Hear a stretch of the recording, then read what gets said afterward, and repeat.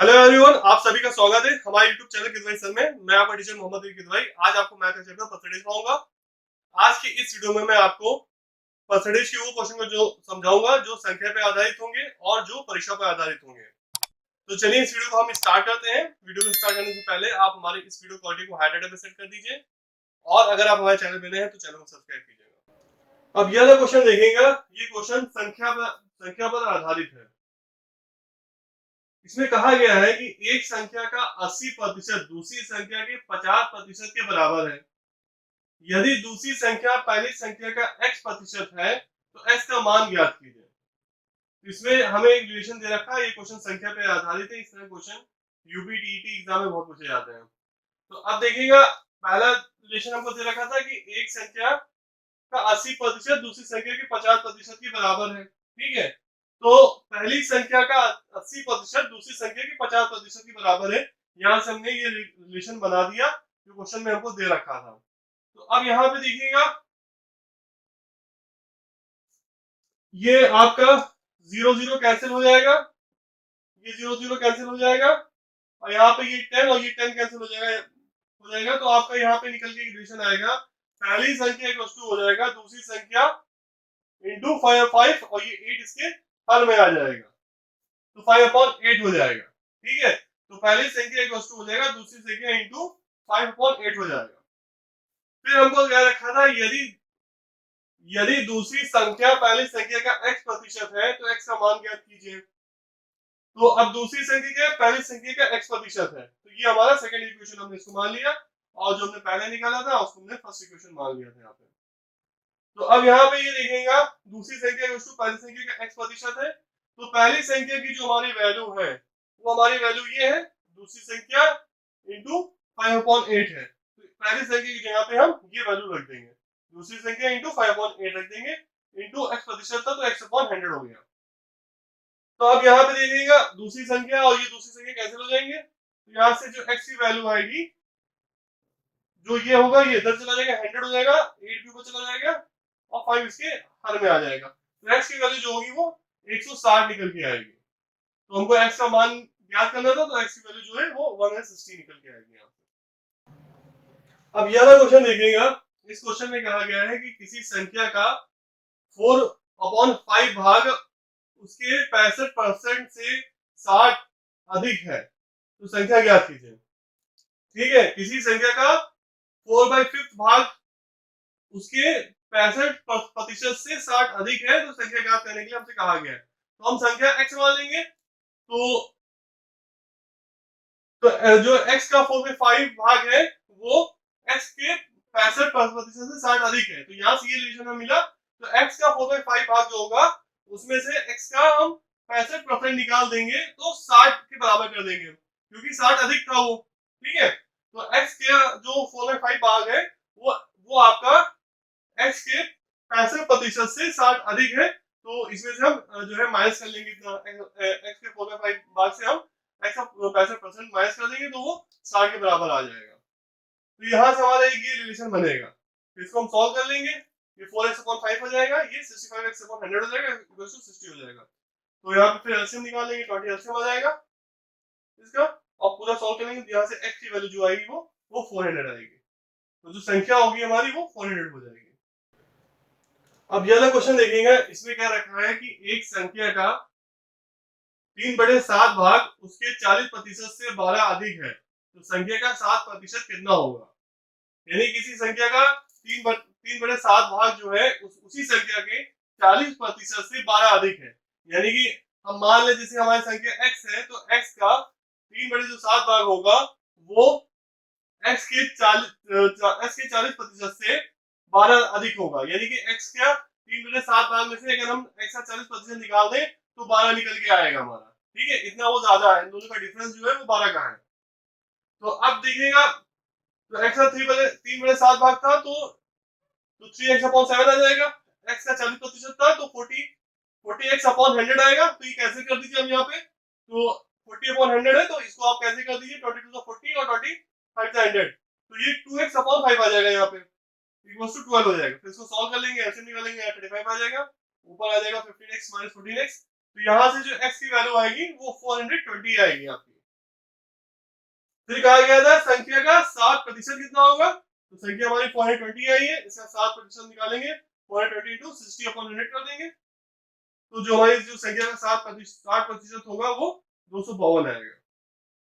अब ये वाला क्वेश्चन देखिएगा, इसमें क्या रखा है कि किसी संख्या का 14वां भाग 12 के बराबर है तो संख्या का 150% कितना होगा। तो हम संख्या को x मान लेंगे, तो x का 14वां भाग यानी कि x इंटू 1/14 हो जाएगा, इक्वल टू 12 हो जाएगा, 12 के बराबर है। तो यहाँ से हमने x की वैल्यू निकाली, वो 168 आ गई, जो हमारी संख्या थी वो 168 आ गई। तो अब संख्या का 150% निकालने कहा गया था, तो 168 का हम 150% निकालेंगे, 168 इंटू 150/100 कर देंगे, तो इसको पूरा हम जब सॉल्व करेंगे तो लास्ट में हमारा आंसर जो है वो 252 आएगा।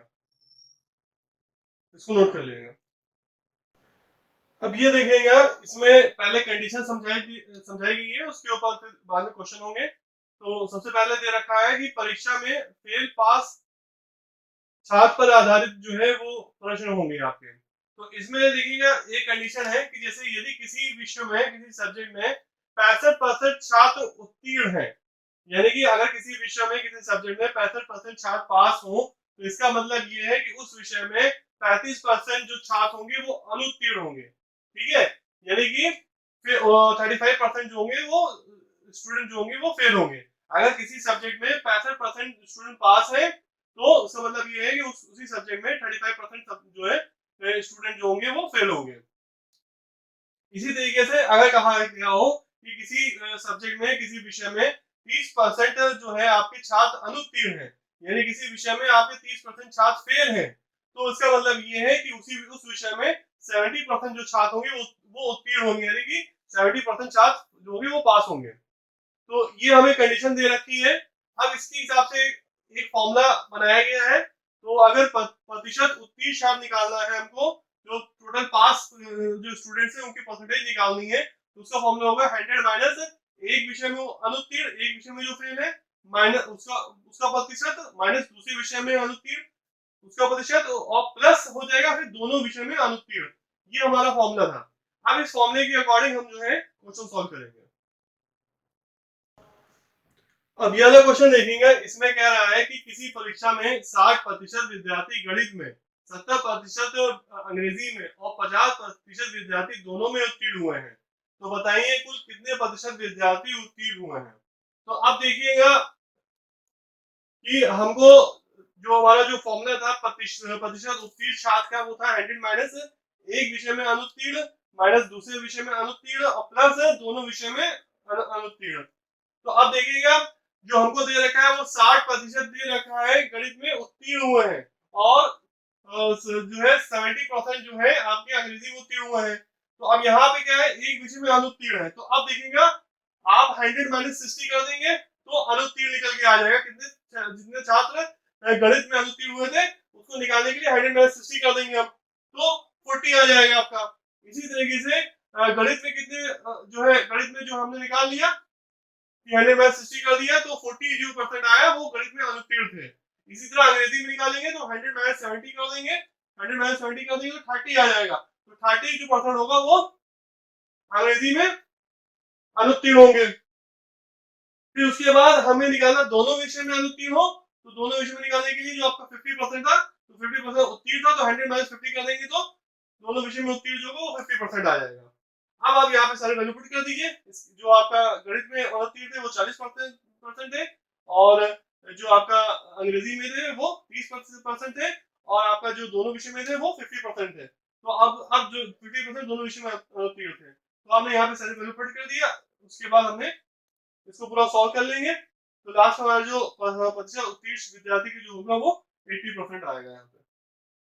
अब यह क्वेश्चन देखेंगे, इसमें क्या रखा है कि एक परीक्षा में हिंदी में 40%, संस्कृत में 25% और दोनों विषय में 20% विद्यार्थी अनुत्तीर्ण हुए, फेल हुए, तो बताइए कुल कितने प्रतिशत विद्यार्थी उत्तीर्ण हुए हैं। तो अब इसमें देखिएगा हमारा जो फॉर्मूला था प्रतिशत उत्तीर्ण का, वो था 100 माइनस एक विषय में अनुत्तीर्ण माइनस दूसरे विषय में अनुत्तीर्ण प्लस दोनों विषय में अनुत्तीर्ण। तो अब यहाँ पे आपको जो दे रखा है वो फेल की परसेंटेज दे रखी है, अनुत्तीर्ण 7 की परसेंटेज दे रखी है। तो तो अब यहाँ पे आप डायरेक्ट पुट कर दीजिए 100 माइनस एक विषय में अनुत्तीर्ण 100 माइनस 40 कर देंगे, फिर दूसरे विषय में अनुत्तीर्ण 100 मतलब माइनस 25 कर देंगे यहाँ पे, फिर प्लस है दोनों विषय में अनुत्तीर्ण 20% है, यहाँ पे हम 20 लिख देंगे। इसको पूरा सॉल्व कर लेंगे तो जो प्रतिशत उत्तीर्ण विद्यार्थी का निकलेगा वो 55% निकलेगा। अब ये वाला क्वेश्चन देखेंगे, इसमें क्या रखा है कि हिंदी की परीक्षा में 2 प्रश्न पत्र थे। प्रथम प्रश्न पत्र में 75% छात्र और तथा द्वितीय प्रश्न पत्र में 55% छात्र उत्तीर्ण हुए, जबकि दोनों प्रश्न पत्रों में 35% छात्र अनुत्तीर्ण रहे। कुल कितने प्रतिशत छात्र अनुत्तीर्ण हुए, ये हमको निकालना है। यानी कि हिंदी के परीक्षा में 2 प्रश्न पत्र थे, तो जो पहला वाला क्वेश्चन पेपर था उसमें 75% जो स्टूडेंट थे वो पास हो गए, और दूसरे वाले जो क्वेश्चन पेपर था उसमें आपका जो है 55% बच्चे पास हो गए, जबकि दोनों प्रश्न पत्र में जो आपका दोनों आपके जो क्वेश्चन पेपर मिला के जो होगा तो उसमें 35% बच्चे जो है वो फेल हुए हैं। तो अब हमको निकालना है कि कुल कितने परसेंट जो स्टूडेंट्स हैं वो फेल हुए हैं, वो हमको निकालना है। कुल कितने प्रतिशत छात्र उत्तीर्ण हुए ये हमको निकालना है। तो अब इसका फॉर्मूला हमारे सबसे पहले हम उत्तीर्ण छात्र निकाल लेंगे। तो उत्तीर्ण छात्र निकालने का फॉर्मूला होता है 100 माइनस एक विषय में अनुत्तीर्ण। तो आप देखेंगे जो प्रथम प्रश्न पत्र था, पहला जो विषय था उसमें आपके 75% बच्चे पास थे, तो हमें अनुत्तीर्ण निकालना तो 100 माइनस 75 कर देंगे हम, तो यहाँ पे 25% आ जाएगा। ठीक है, ये आपको दे रखा है जो पहला पेपर है क्वेश्चन पेपर उसमें 75% बच्चे पास है, तो हमें क्या चाहिए, हमें अनुत्तीर्ण चाहिए। अनुत्तीर्ण चाहिए तो 100 माइनस 75 कर देंगे तो 25 आ जाएगा, तो यहाँ पे हमने 25 रख दिया। फिर उसके बाद था दूसरे विषय में अनुत्तीर्ण बताया गया था। अब दूसरा जो क्वेश्चन पेपर था उसमें भी 55% जो स्टूडेंट थे वो पास थे, तो हमें अनुत्तीर्ण चाहिए, हमें फेल होना चाहिए, तो 100 माइनस 55 कर देंगे तो 45 आ जाएगा। यहाँ पे हमने 45 रख दिया। फिर उसके बाद क्या था, दोनों विषय में अनुत्तीर्ण यानी कि दोनों प्रश्न पत्र में जो अनुत्तीर्ण है वो 35% है, यहाँ पे हमने डायरेक्ट 35 रख दिया, प्लस 35 हमने यहाँ पे कर दिया। अब यहाँ से हमने इसको सॉल्व कर लिया, तो जो उत्तीर्ण विद्यार्थियों का जो प्रतिशत था वो हमारा 65% आ गया। अब हमें अनुत्तीर्ण छात्र का प्रतिशत निकालना है, तो 100 माइनस 65% कर देंगे तो 35% जो होगा वो अनुत्तीर्ण छात्र। अब ये वाला क्वेश्चन देखेंगे, इसमें क्या रखा है कि किसी परीक्षा में गणित में 60% लड़के तथा विज्ञान में 65% लड़के उत्तीर्ण हुए, जबकि दोनों विषय में कुल 30% लड़के उत्तीर्ण हुए। तो यदि परीक्षा में कुल 600 लड़के बैठे हो तो कुल कितने लड़के उत्तीर्ण हुए, ये हमको निकालना है। तो अब देखिएगा हमको यहाँ पे क्या दे रखा है, 60% लड़के जो है पहले विषय में उत्तीर्ण हुए हैं, तो हमारा फॉर्मूला ये होता है प्रतिशत उत्तीर्ण का 100 माइनस एक विषय में अनुत्तीर्ण माइनस दूसरे विषय में अनुत्तीर्ण और प्लस दोनों विषय में अनुत्तीर्ण, ये फॉर्मूला होता है हमारा।